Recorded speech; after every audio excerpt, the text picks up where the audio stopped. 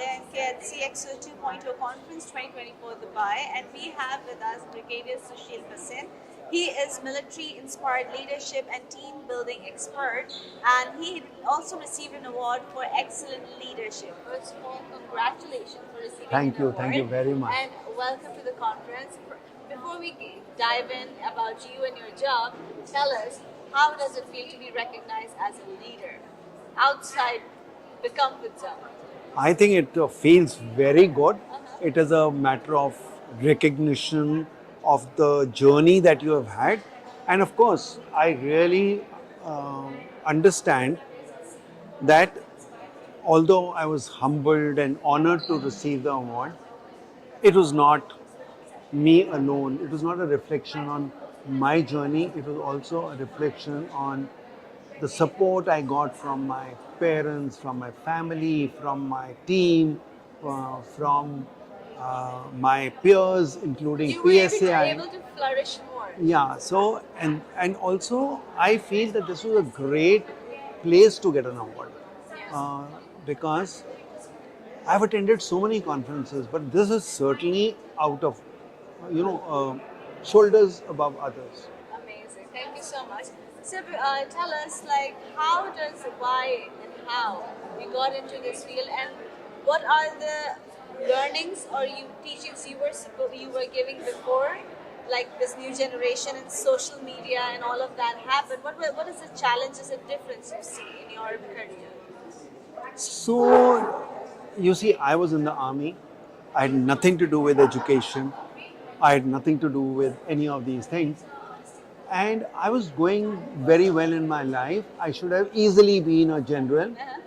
But in 2002, I got posted to a place called Bareilly, and I was told that you will be the chairman of the army school. Okay.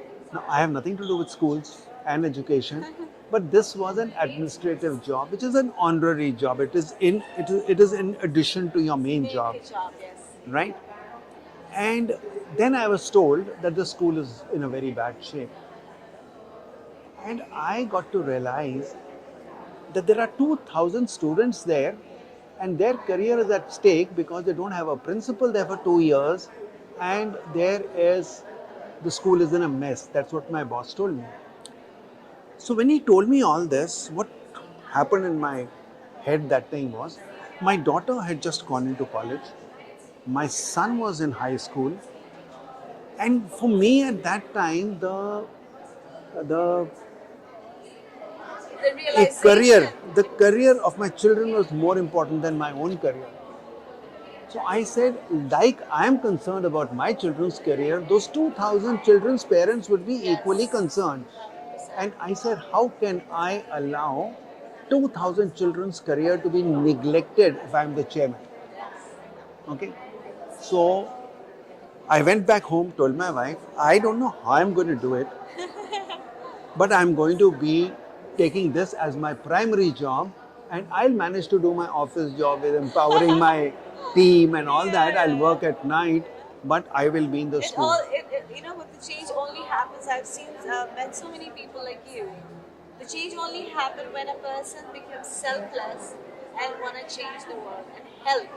And it's such a selfless act for you. It's like an additional work, additional responsibility of the children you've never seen. Sometimes in life you take a project because you love it. Yeah.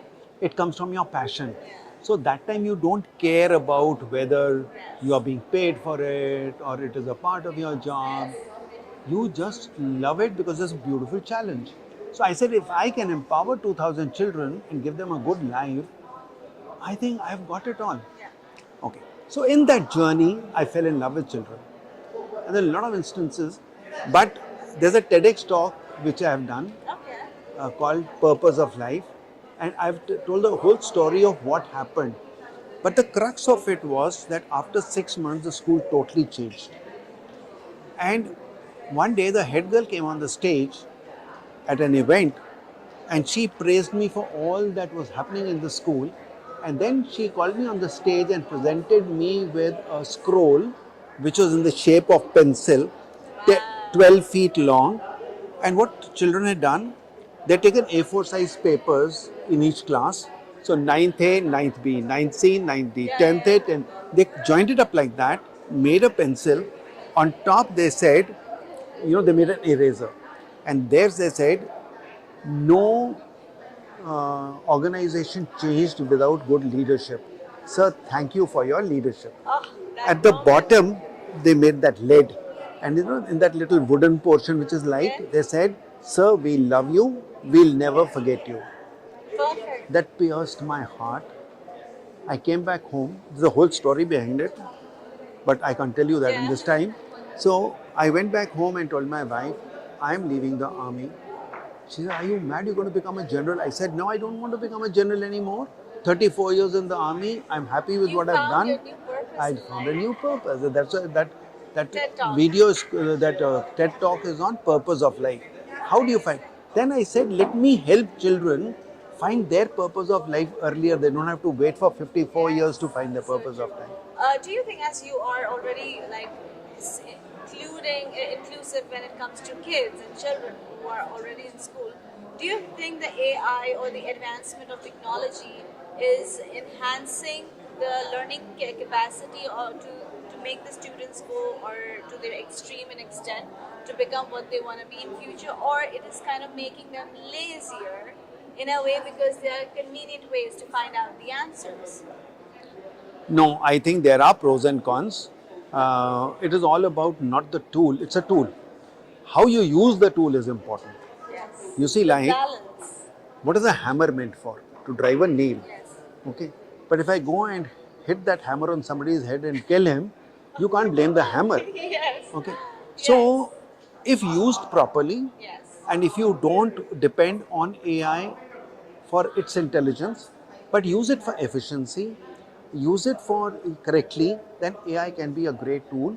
I feel that if you're not into it, you may be lagging behind because the whole world will be using it. It's something like somebody said, I'm not going to use internet. Yes. I have met people in my life and internet just came in and I'm not the internet type. But now And everybody many has years, phone, I was asked to take a mobile phone. I said, no, not required. it. Yes, I Okay, remember. I didn't know that there will be a time when even a beggar will have a phone, even a guy on the street will have a phone. That guy who's sitting on the footpath and is begging has got a QR code. Yes. Wow. Okay, Please and transfer the money. and if he finds nobody coming, Yeah. he's watching YouTube videos. Wow. See, so that is the power. So I think one has to flow with the environment. Uh, Facing a storm and trying to stop it, I think I'm not very good believer of that. Thank you so much. I would. For I your just want to time. say one more thing that, before there's a little misconception. I started with schools, but schools didn't work very much for me for long.